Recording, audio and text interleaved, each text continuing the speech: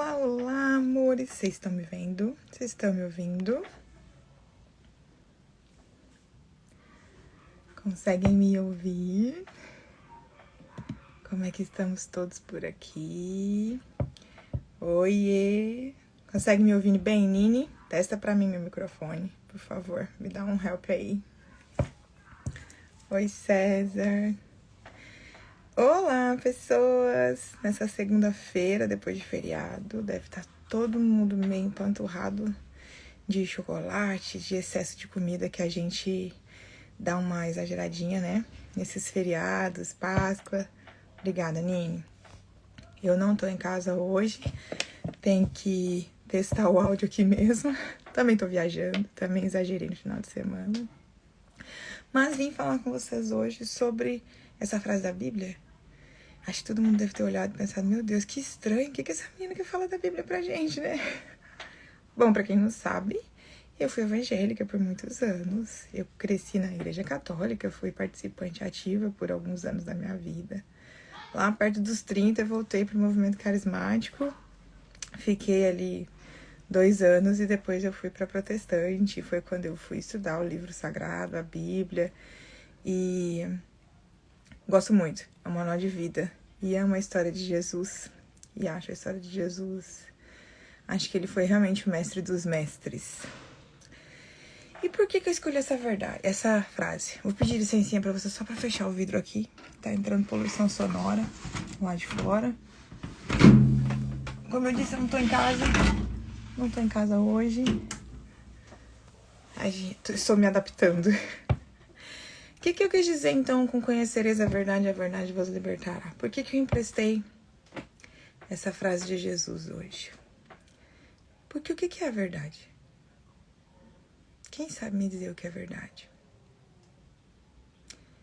O que é a verdade? Quem é que determina o que é verdade?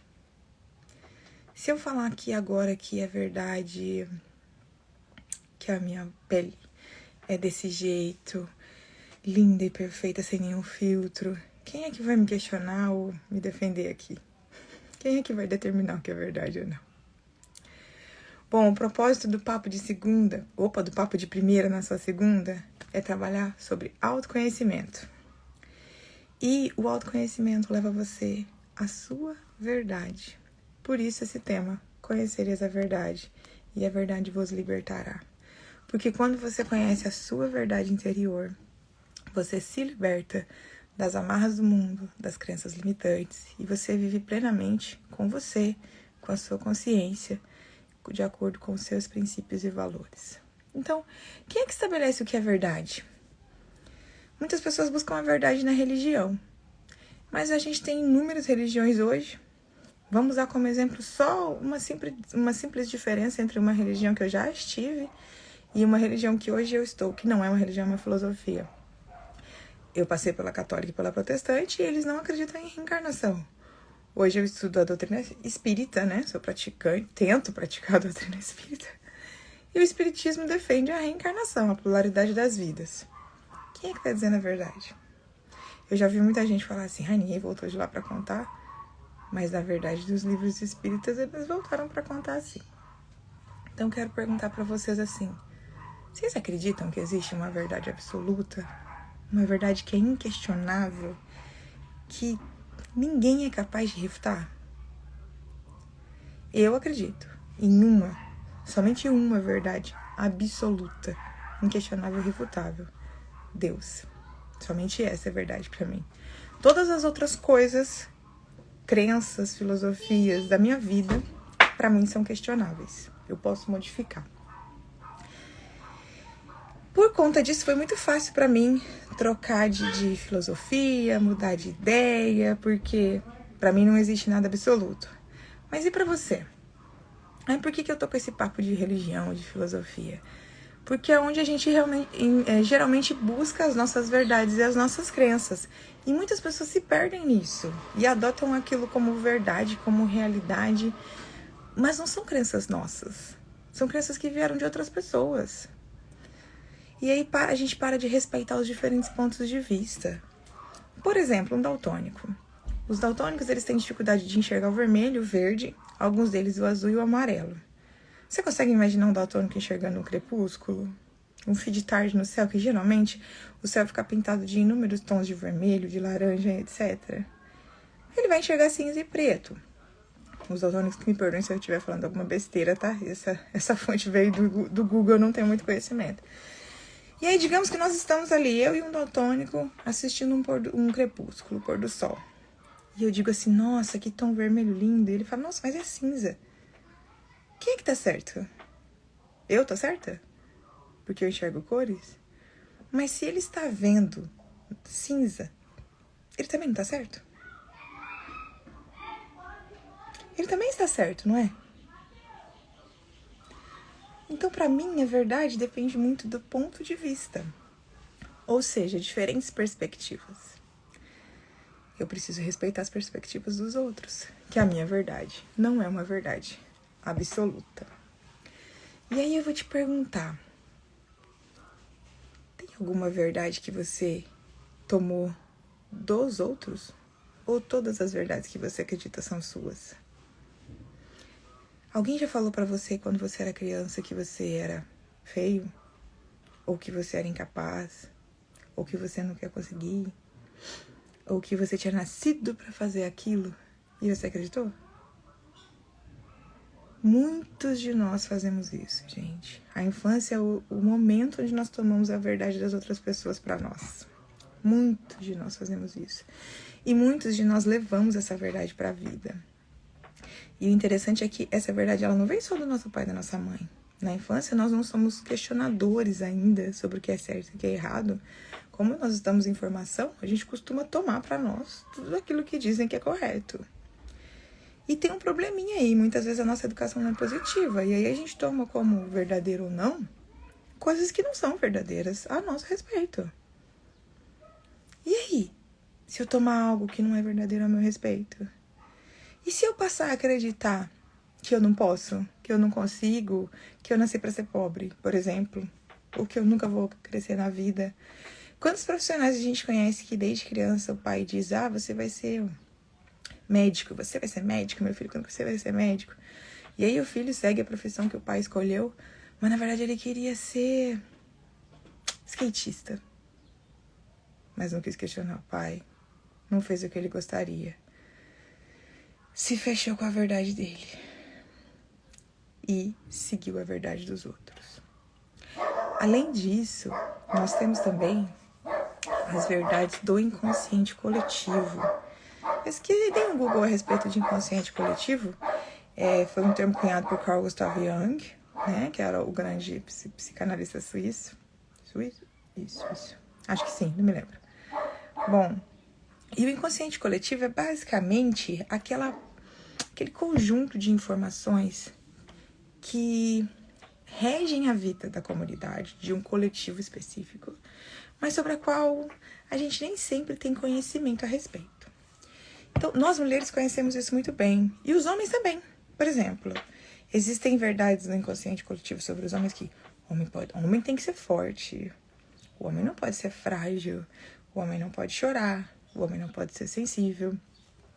Isso são coisas que, mesmo que ninguém diga pra você, estão incrustadas no inconsciente coletivo, estão guardadas dentro do comportamento das pessoas. E a gente acaba pegando ela pra nós. Pra nós mulheres é aquela mulher tem que casar, mulher tem que ter filho. Quando que essas coisas acontecem? Quando alguém desvia do padrão. Quando uma mulher diz que ela não quer ter filho. Geralmente as pessoas falam assim, mas você não dá de ideia. Mas um dia você vai experimentar. Quantas mulheres eu já ouvi dizendo assim, eu só aprendi o que é o amor depois de ter filho. Você só vai saber o que é o amor depois de ter filho. Mas se eu não quiser ter filho? Quer dizer que eu não sei amar? Quer dizer que eu nunca amei meu pai e minha mãe? Isso são coisas do inconsciente coletivo, que às vezes a gente repete sem saber. Sem nem se dar conta, sem nem notar. E como disse o Jung, até que você torne consciente aquilo que está no seu inconsciente, isso irá guiar a sua vida e você vai chamar de destino. Então, gente, somente 5% do que nós sabemos a nosso respeito Somente 5% do que está armazenado na nossa memória, nas nossas células, no nosso corpo, está consciente. Eu sei, eu conheço, eu tomo parte. E eu trabalho isso. Cerca de 95% do nosso ser está no inconsciente, como um iceberg. E quando a gente não toma conhecimento a esse respeito, é isso que nos regula. É isso que nos forma, é isso que nos orienta para a vida. E no meio disso tudo tem as crenças limitantes. Vocês já ouviram falar de crenças limitantes? Bom, o nome basicamente é autoexplicativo, né? As crenças limitantes limitam você, o seu comportamento. E muitas vezes você não sabe que tem elas. O que é uma crença limitante? Por exemplo, eu já ouvi muito na minha família que pobre que não faz prestação não compra nada. Então, isso é uma crença limitante. Por quê? Porque ela limita você a só ter algo de valor se for fazendo uma parcela. Ou seja, limita você a um comportamento específico. Então, ela limita o seu comportamento, limita a sua vida. Muitas vezes você não faz ideia de que tem essa crença. Mas o seu comportamento diz isso para você. Isso é muito trabalhado na PNL, que é a Programação Neurolinguística. E é muito legal estudar e tentar descobrir as nossas crenças limitantes, porque a gente percebe coisas absurdas que nós não sabíamos que existia. Só que esses comportamentos, eles direcionam a nossa vida, eles estão formatando o nosso comportamento todinho. Então, eu sugiro que vocês estudem o comportamento de vocês. Como, por exemplo, você acredita que dinheiro é sujo? Que gente rica não vai pro céu? Quando eu era criança, minha mãe falava, se você pegou dinheiro, lava a mão, porque dinheiro é sujo. O que você acaba criando de comportamento se você acredita que aquilo é sujo e que você deve lavar a mão? Você não vai ficar aqui com aquilo segurando, com aquilo com você. Se dinheiro é sujo, você não pode ficar com dinheiro, então você vai gastar o seu dinheiro. Parece maluquice, né, gente? Parece loucura. Mas, eu nem sou especialista e já conheço isso e ainda não consegui me livrar de todas essas crenças. Investigue e vocês vão ver. E aí, eu me pergunto assim, quero te perguntar, você já olhou, você já parou para pensar o que é verdade para você? O que é verdade para você? Você já esteve no meio de uma roda de amigos, naqueles papos descontraídos, onde a pessoa falava alguma coisa e você concordava, mas lá no fundo se parava se perguntando assim, mas talvez isso não seja verdade. Eu não concordo totalmente com isso. Principalmente quando se trata de afirmações a respeito de outras pessoas. Eu sou de cidade muito pequena, cidade pequena a gente ouve muitas essas coisas. Aquele ali não vai dar bom. Aquele ali a gente já sabe qual vai ser o futuro. Ou filho de peixe, peixinho é. Né? Quando um pai tem um comportamento que é reprovável diante da sociedade, as pessoas costumam apontar o filho e dizer, ou a filha, e dizer que vai ter o mesmo comportamento. É verdade? Filho de peixe, peixinho é mesmo? Quer dizer que se o meu pai tivesse sido uma pessoa de atitudes reprováveis ou criminosas, por exemplo, eu seria também? Obrigatoriamente? E se fosse assim, então toda família de criminosos seria sempre uma família de criminosos? Todas as pessoas? Isso quer dizer que, então, que toda família de clérigos, de beatos, de religiosos, seria sempre uma família religiosa? Isso diz que nós todos somos iguais, exatamente iguais ou cópias um do outro? É isso? Vocês já pararam para se perguntar? Você já parou para se perguntar? Se você não estava repetindo as coisas que a sociedade falava?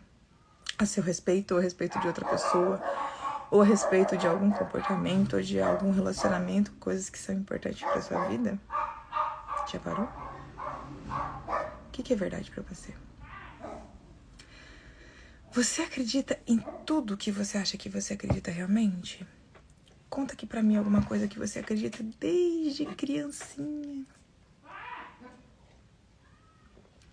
Que você nunca se questionou. Você já parou pra questionar suas crenças? Você já parou pra verificar se... eu acredito que quem casa quer casa. Será? Tem um monte de profissional conselheiro da área de finanças dizendo que um casal recém-casado não deveria investir em imóvel por conta da situação da nossa economia e de outras formas de investimento. E você? Você por um acaso casou e foi exatamente comprar uma casa porque acreditava nisso? Ou você investigou outras maneiras de guardar o dinheiro, ou ver outra forma, fez um planejamento para saber o que era melhor para a vida do casal. Será que você tomou na sua vida alguma verdade que não era sua, alguma verdade que veio do inconsciente coletivo? Você acredita realmente em tudo que você acha que acredita?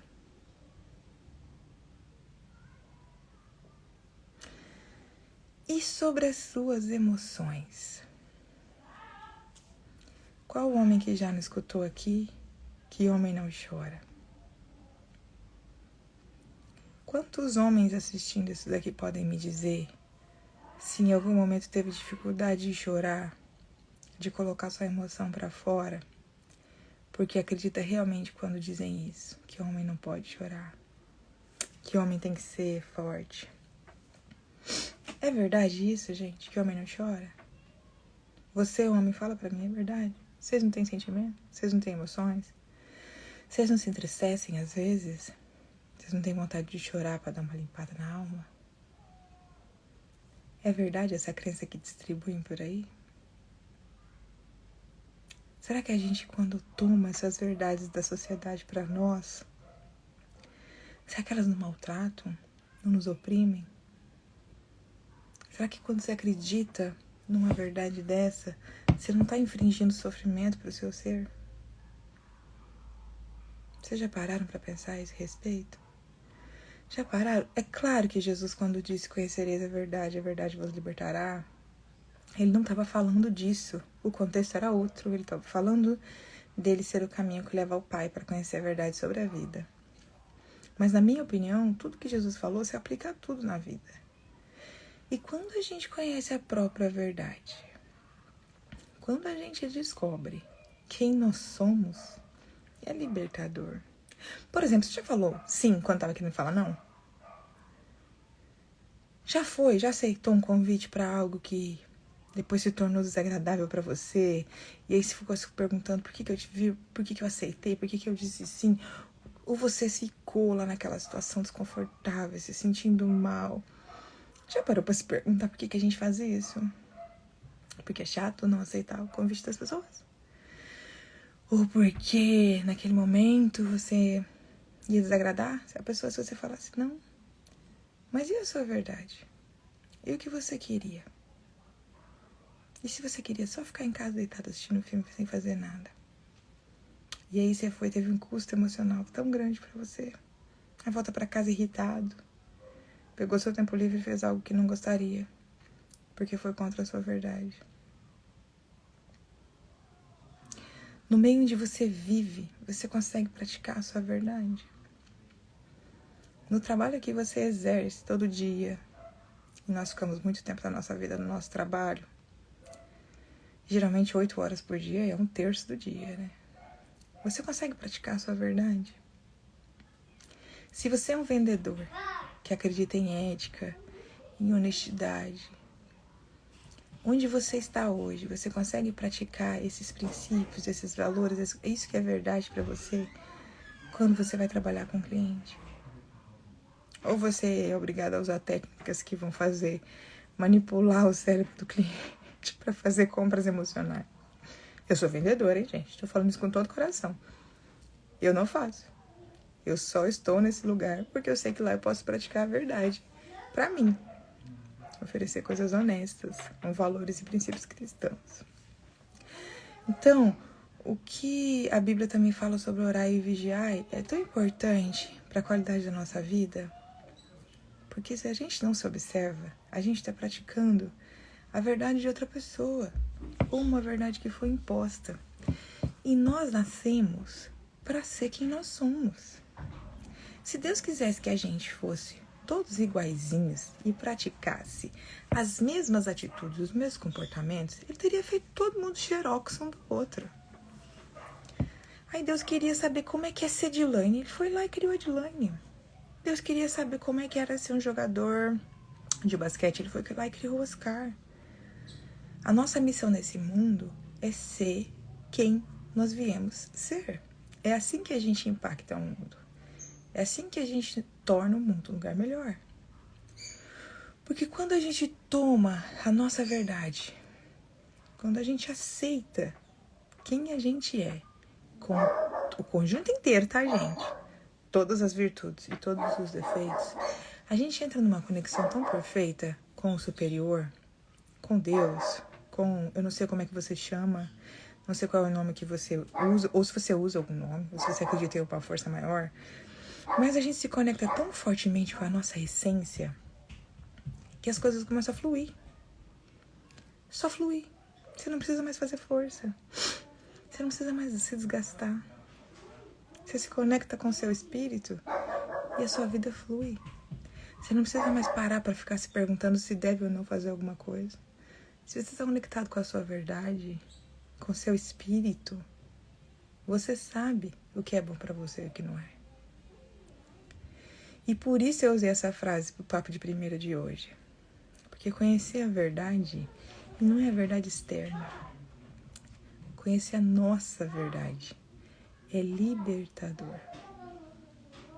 Quando você descobre quem você é, você sabe o que você quer. Você sabe o que você quer fazer. Você sabe quem você quer do seu lado e quem você não quer. E isso vai fluindo para tudo na sua vida. Se você está num trabalho que não te satisfaz, você não fica mais porque não faz mais sentido para você. Você busca aquilo que realmente coincide com a sua alma. Você só se relaciona com pessoas que te edificam naquilo que você quer aprender, naquilo que você quer evoluir. O universo inteiro conspira para te ajudar. Não existe coincidência no universo. Quando você se conecta com você mesmo, e nós todos somos um só, nós, a natureza, a terra, nós somos todos um só, tudo feito de poeirinha de estrela. Tá escrito lá no livro Os 4 Compromissos, que eu aconselho a todo mundo ler. A gente se conecta com tudo. A verdade é tão libertadora que ela te conecta com tudo. E aí o universo trabalha para você. Por quê? A Bíblia também diz que Deus trabalha desde a eternidade, nunca, ainda não se viu, ainda não se ouviu, um Deus que trabalha para aqueles que nele esperam. Quando você se conecta com você, com a sua verdade, com o seu coração, o Deus que te criou, a força maior, o universo, não sei como é que você chama, fique à vontade para chamar. A inteligência suprema, a causa primária de todas as coisas, flui na direção daquilo que você gostaria. E da mesma forma, aquilo que você deseja também flui no sentido de vir ao encontro com você. Então a verdade não só é libertadora, como ela é transformadora. Transforma a sua vida. Quantos relacionamentos nós entramos, ou aceitamos, ou postergamos, que não nos fazem bem? E eu não tô falando de relacionamento só amoroso, não. Às vezes é relacionamento familiar, que a gente não escolhe família, né? Às vezes é um familiar tóxico. Às vezes são amigos que te fazem mal. Às vezes é um relacionamento amoroso. Muitas vezes essas pessoas, ou esse relacionamento, ou a forma como a gente se relaciona, traz toxicidade para nossa vida. Traz coisas negativas, não nos faz bem, não nos acrescenta. E a gente fica ali patinando, continuando, sem saber o motivo. Aí um belo dia se pega, como a minha colega da semana passada, né? Entrou num relacionamento abusivo, de novo, falou, poxa, eu tô num ambiente totalmente diferente, eu vou descobrir o motivo. E a gente só consegue saber e fazer o bem para nós mesmos quando a gente descobre por quê. Por que eu tô entrando nesse lugar de novo? Por que eu tô atraindo isso de novo? E aí quando você descobre a verdade, te liberta. Porque quando você descobre, mas eu não quero isso. E aí você descobre por que eu não quero isso. E a verdade te liberta. Então, quantas coisas na sua vida você tomou como verdade sem ser? Quantas coisas na sua vida você acreditou lá desde a infância que eram pra você e nunca questionou? São crenças que às vezes te fazem mal, trazem toxicidade pra sua vida e você nunca questionou. A minha mãe repete muitas das coisas que o meu avô falava pra ela. Ela fala assim, o meu pai me ensinou que a gente não pode fazer isso. E eu cresci com ela me dando chá, né? Sempre Tô agora, inclusive. E esses dias eu pedi um chá, ela falou assim, eu tomava muito desse chá. Até que um dia meu pai me falou que tinha que tomar esse chá na época certa, senão podia matar. Ela tomou esse chá a vida inteira. Um dia ele falou pra ela que ele podia matar e ela parou de tomar. Ela não questionou. Ela aceitou porque ele é pai, é autoridade. Obviamente deveria saber mais que ela, já que viveu mais. E pronto. Tomou como verdade. Parou de tomar aquele chá. Aceitou pra ela. Vocês entendem que isso é terceirizar a responsabilidade? Claro, né? É uma coisa inocente. É algo simples. Mas se fosse algo grande? Nem questionou. Se fosse alguma coisa importante, se fosse uma decisão sobre um propósito, um trabalho, uma carreira, uma viagem, você não vai questionar? Você vai tomar do cálice se outra pessoa te serviu? Por quê? Seu trabalho nesse mundo é ser você mesmo. E quando você conhece a tua verdade, a liberdade é dentro da sua casa, a sua vida, e tudo flui. Por que tem gente que é tão diferente e aceita? Porque essa pessoa se aceita primeiro. Mas para se aceitar, para se amar, então, de novo, por isso que o tema dessa live hoje é esse. Para você se conhecer, você precisa questionar e descobrir. Quais são as minhas verdades? Eu vou lançar um desafio aqui. Se eu desse 3 minutos para você que está me assistindo, você conseguiria fazer uma listinha com 5 qualidades e 5 defeitos seus, sem perguntar para ninguém? Conseguiria? Você sabe relatar 5 qualidades e 5 defeitos? Eu não tenho defeito. Anjo evoluído. Aí tem uma questão importante também. Principalmente na religião ou em alguns movimentos espirituais, a gente acha que a gente tem que ser perfeito, que não pode mais errar, que tem que ser amoroso. Muita gente pensa que gente espiritualizada, né? Tem que ser serena, tem que ser good vibe, paz e amor, e nunca se estressar. Gente, se eu soubesse como a gente se estressa. Você conhece a sua verdade? Para quem tá me assistindo, tem uma metodologia, uma técnica do coaching, do processo de coaching, maravilhosa, que ajuda no autoconhecimento. Consiste em você pegar 3 pessoas do seu convívio profissional e 3 pessoas do seu convívio pessoal. É importante que essas pessoas sejam de confiança e também sejam pessoas que têm bons sentimentos em relação a você. Porque uma pessoa que não tem bons sentimentos em relação a você, ela pode te dizer inverdades e você pode tomar como verdade. E aí você pergunta para essa pessoa assim, 3 perguntinhas.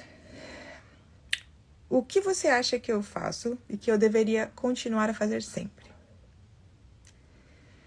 O que você acha que eu faço que eu deveria parar de fazer? E o que você acha que eu deveria começar a fazer? Eu fiz essa pesquisa bem legal quando eu fiz um processo de coaching em 2018. E eu recebi respostas tão surpreendentes, tão bonitas. E algumas coisas que me disseram, eu não tinha contemplado a meu respeito ainda. Uma pessoa me disse, você deveria seguir tal profissão porque você combina com essa profissão. E eu nunca tinha contemplado aquilo para minha vida. E comecei a olhar e falei, olha que interessante. Não segui a profissão, mas conheci, estudei a respeito e amo muitas das coisas que eu aprendi ali. Então foi válido. As coisas que me disseram para parar de fazer, eu fazia tão no automático que eu nem me dava conta. E eram coisas que faziam mal para mim. Eram comportamentos tóxicos para minha própria vida. E as coisas para continuar a fazer eram coisas simples que eu também fazia no automático, mas que fazia muito bem, tanto para mim quanto para o próximo. Você pode fazer isso e usar para se conhecer, para saber quem você é. Pegar a perspectiva do outro para se questionar. Será que isso aqui é verdade? Será que eu faço isso mesmo? Outra técnica de autoconhecimento. Dificílima. Camis, a gente pega tanta coisa do outro sem saber, né? Um pouquinho antes de você entrar, eu tava falando de inconsciente coletivo, de ditados populares, de como a nossa infância formata a nossa vida, crença limitante e etc. Tem uma outra técnica de autoconhecimento, gente. E claro, eu tô falando dessas técnicas pra vocês, gente, mas autoconhecimento ele não vem assim, não. Você faz essa técnica aí e se descobre, se autoconhece rapidinho. Não, não é assim, tá? E nem é linear também. É um processo elíptico.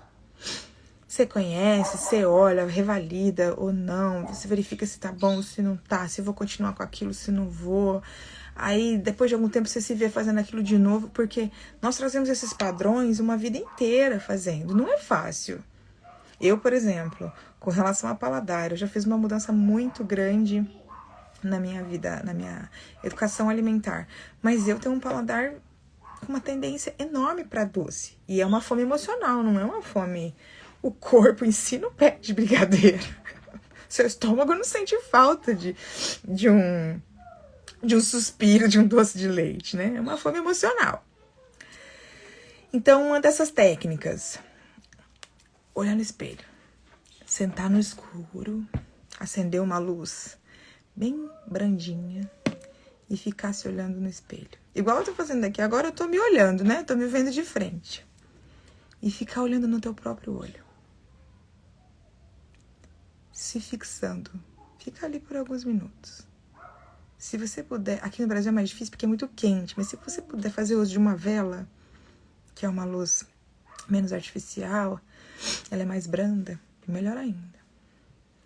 Tenta ficar 5 minutos na frente do espelho, encarando o seu próprio olhar. Gente, parece simples, mas é muito difícil. Muito, muito difícil. Muito complicado. Camila tá pedindo aqui para eu repassar as técnicas. Camis, eu não sei se você pegou essa aqui. Eu tava falando da técnica das 3 pessoas e 3 perguntas. É uma técnica do coach, processo de coach. Você vai escolher 3 pessoas da sua vida pessoal e 3 pessoas da sua vida profissional. Separadas, é claro. É importante que sejam pessoas em quem você confia, que elas vão ser honestas contigo e que também tenham bons sentimentos a seu respeito, para elas não te contaminarem, se elas nutrirem algo de ruim por você. E você vai fazer 3 perguntas para elas. A primeira, o que eu faço que você acha que eu deveria continuar fazendo? A segunda, o que eu faço que você acha que eu deveria parar de fazer? E a terceira, o que eu não faço que eu deveria começar a fazer? Vem umas respostas muito legais, muito interessantes. E é bom que você consegue ter uma ideia do seu perfil externo. Porque nós temos a nossa personalidade interna, que é o nosso signo solar, né? Segundo a astrologia. E nós temos a nossa personalidade externa, que é aquilo que nós mostramos para o mundo. E nem sempre isso está alinhado. Muitas vezes a gente se perde tentando agradar o outro. Então, essa foi a primeira técnica que eu passei. A segunda técnica é a técnica da vela, do espelho. A terceira técnica é um pouquinho mais difícil, porque nem todo mundo consegue ficar sozinho, né? Nem todo mundo tem silêncio, solidão em casa e consegue ficar sozinho.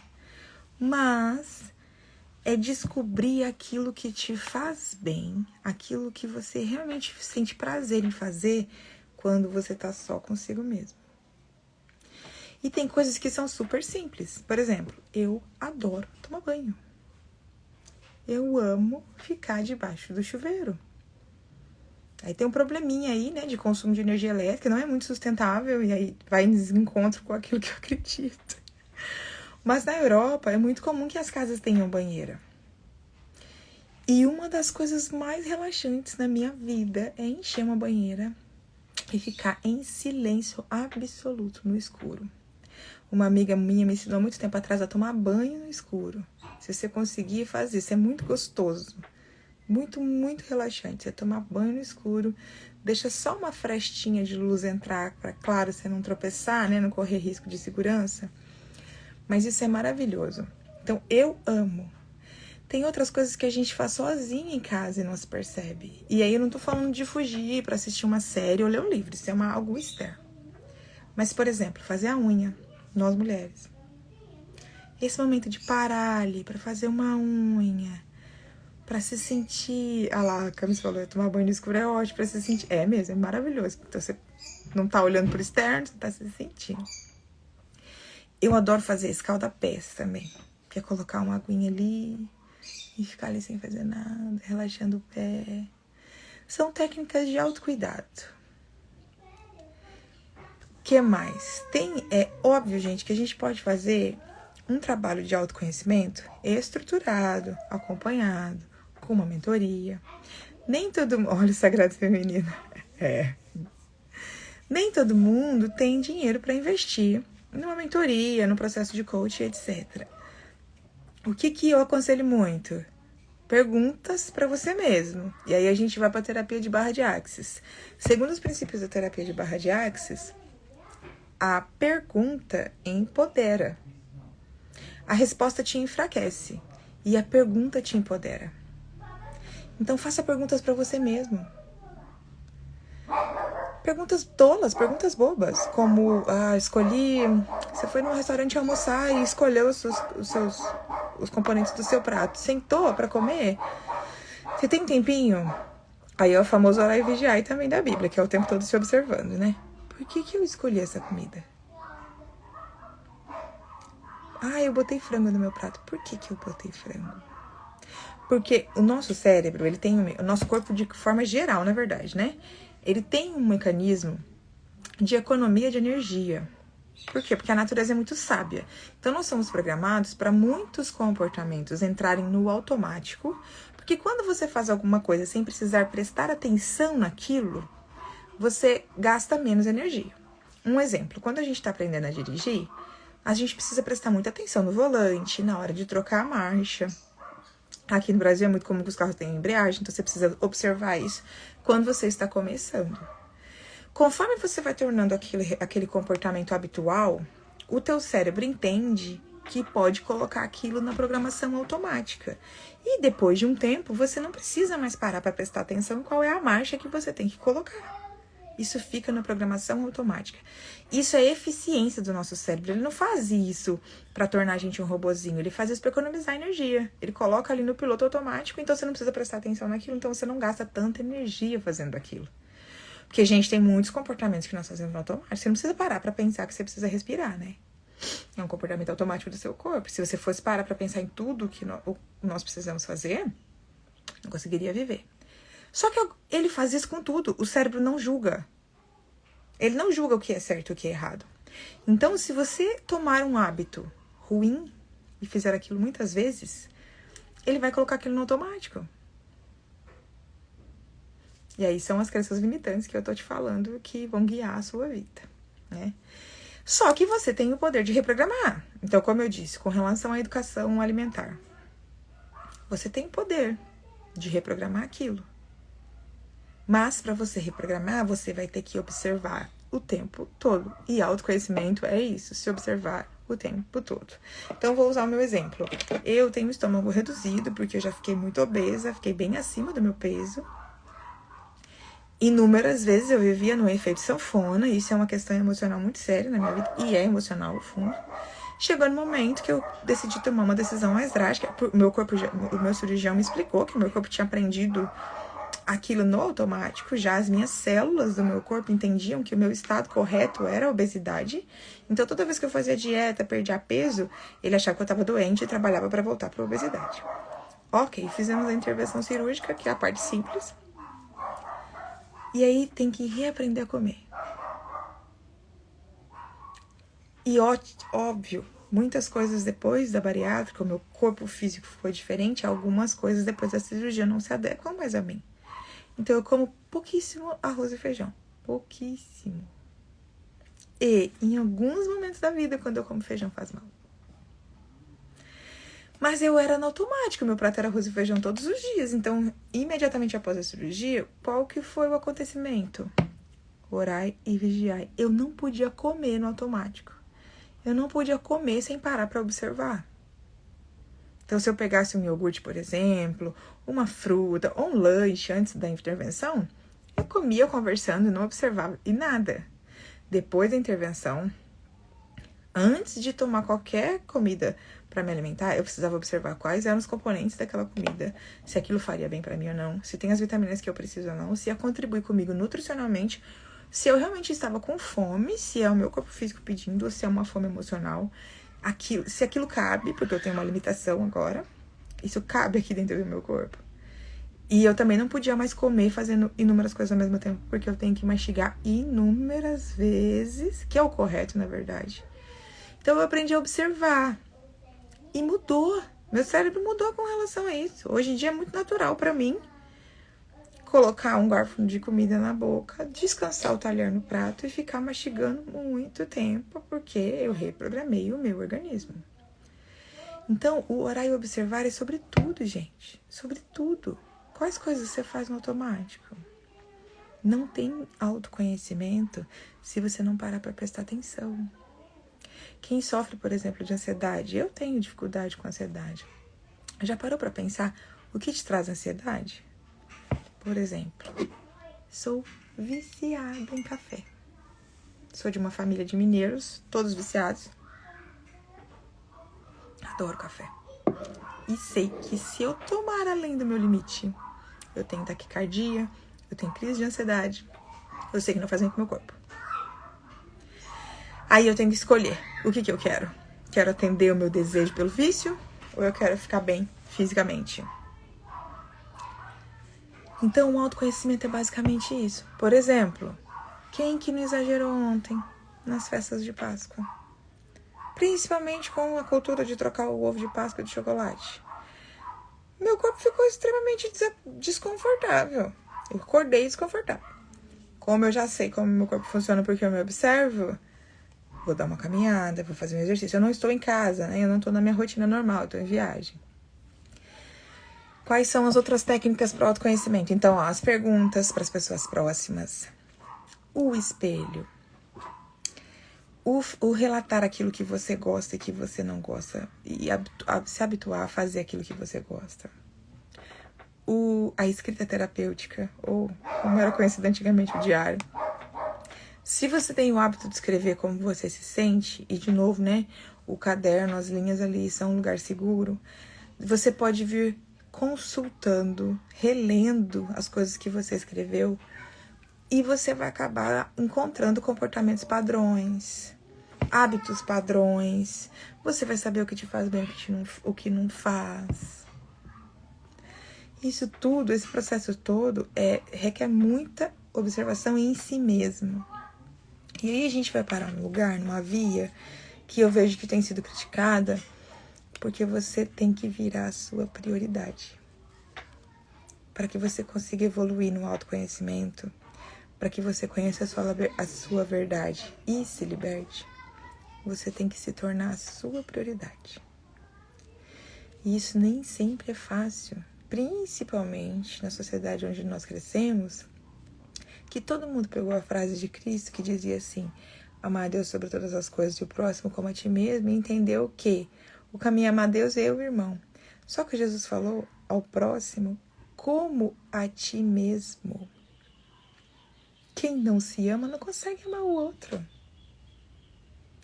E para você aprender a se amar, você tem que se tornar a sua prioridade.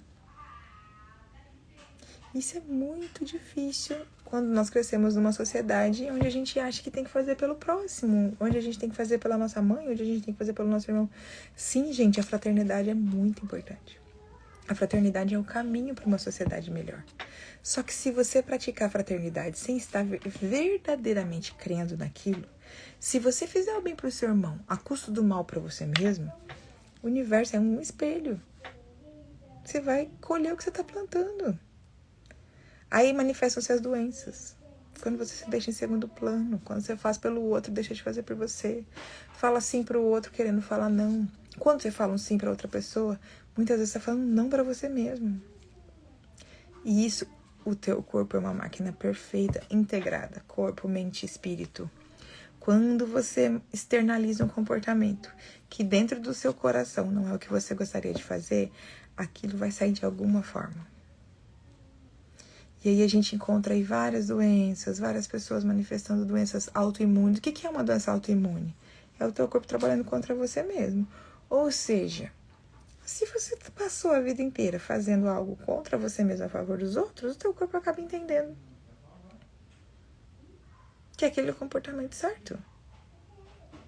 Muitos sintomas que nós temos é outra forma de autoconhecimento. Observar o teu corpo. Observar como o seu corpo está se manifestando. Você tá com dificuldade, por exemplo. Aí eu vou entrar numa área que não é minha, eu sou só uma curiosa. Se eu falar alguma besteira, alguém, por favor, me corrija depois para ajudar quem estiver assistindo. Quando você tem, por exemplo, dificuldades de ir ao banheiro, constipação intestinal, frequentes, isso tá querendo te dizer alguma coisa emocionalmente. Porque o nosso sistema digestivo, ele é o responsável por expulsar do nosso corpo aquilo que não nos serve. Ele trabalha toda a nossa alimentação, fica com a parte nutritiva, pega aquilo que não interessa para nós e expulsa do nosso corpo. Aí se o seu sistema intestinal está retendo aquilo que não te serve, ele está guardando dentro de você, o que isso quer dizer? Por que o teu corpo está retendo dentro de você algo que não te serve mais, que não te ajuda, que não te nutre? Significa que muitas vezes você está represando coisas que você não precisava. Coisas que não são boas para você. Que você deveria colocar para fora. Muitas e muitas, ou a maioria, até todas as doenças têm origem emocional, gente. Não posso falar todas, não sou médica, nem sou profissional da área. Mas tem profissionais maravilhosos no meu perfil do Instagram. Tem a Kellen do Corpo Desperto. Tem outros profissionais. E aí todas as terapias integrativas ajudam você a encontrar. Só que nenhum profissional tem a resposta para você. Todo profissional vai te ajudar a buscar a resposta. Então, eu usei essa frase para dizer para você que Jesus estava muito certo. Como sempre, né? Jesus estava muito certo. Quando ele disse, conhecereis a verdade vos libertará, quer dizer que a verdade, ela te liberta das amarras, das correntes mentais, dos comportamentos destrutivos, dos relacionamentos tóxicos. Quando você conhece a sua verdade, você se liberta para ser você mesmo no mundo. E não faz mais diferença quem o mundo é, o que o mundo te oferece. Você está livre com você mesmo. Não importa a situação atual do mundo, se você é livre, nenhuma amarra da sociedade pode te prender. Então era isso que Cristo, mais essa lição, dentro dessa frase que não estava nesse contexto, ele estava falando do caminho para Deus. Mas é isso, a verdade liberta você. A verdade vai te libertar de tudo. De tudo. Só que é a sua verdade. Você não tem que se preocupar com a verdade do outro. Nem com a verdade de uma sociedade inteira. Para você conseguir conhecer o universo inteiro, você tem que primeiro se olhar. Existe um ditado, não, né? Eu ia falar ditado, mas fica até feio, mas... De quem que é? Vamos dar um Google aqui. Conheça-te a ti mesmo e conhecerá o universo e as estrelas. Eu sempre confundo os três filósofos, Aristóteles, Platão e Sócrates. Olha lá. Vamos descobrir de quem que é. Conheça-te a ti mesmo e conhecerás o universo e os deuses.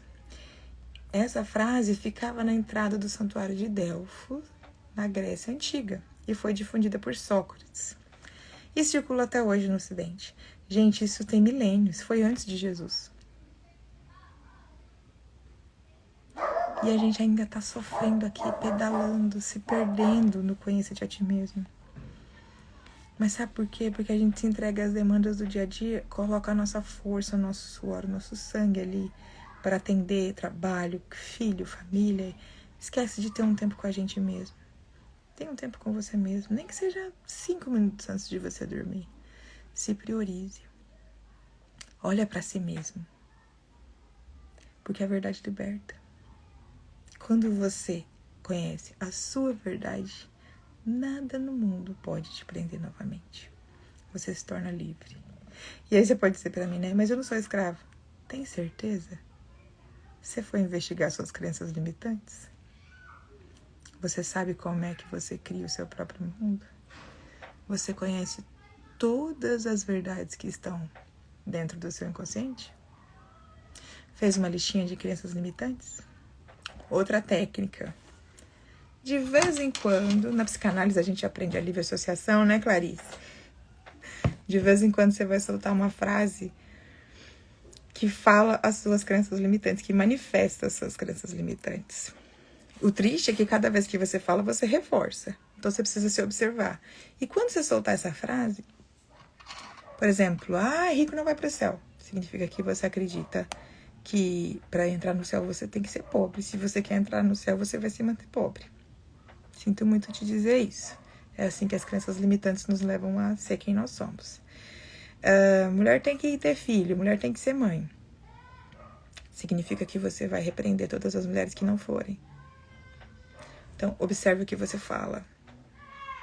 Observe muito o que você fala. O que você fala vai te dizer quais são as crenças que estão orientando e direcionando a sua vida. É difícil. Vamos voltar de novo para o orar e vigiar. É um estado de alerta, de vigia em tempo integral, para observar o que você fala. E é muito importante energicamente a gente saber que quando a gente manifesta, quando a gente fala, a gente está contando que a boca fala do que o coração está cheio, né? A Bíblia também diz isso. E a gente está reforçando essa consciência. Então, quando você diz assim, eu não consigo, significa que você acredita nisso e você está fortalecendo essa crença. Portanto, cuidado com aquilo que você fala. Palavras criam vida e criam morte. Por hoje eu vou me despedir. Eu espero que esse conteúdo tenha ajudado vocês. Não sou especialista em autoconhecimento, gente. Sou uma pessoa no caminho do autoconhecimento, que resolveu partilhar com o mundo um pouco do que aprendeu. Espero que o nosso papo de primeira, na sua segunda, tenha sido produtivo. E muito obrigada por estarem comigo aqui hoje mais uma vez. Desejo uma excelente semana. Tem um feriado nacional aí por vir. Vamos aproveitar. E na próxima segunda estaremos aqui de novo. Na próxima segunda tem convidado mais uma vez e vamos falar de outra terapia integrativa. Um beijo.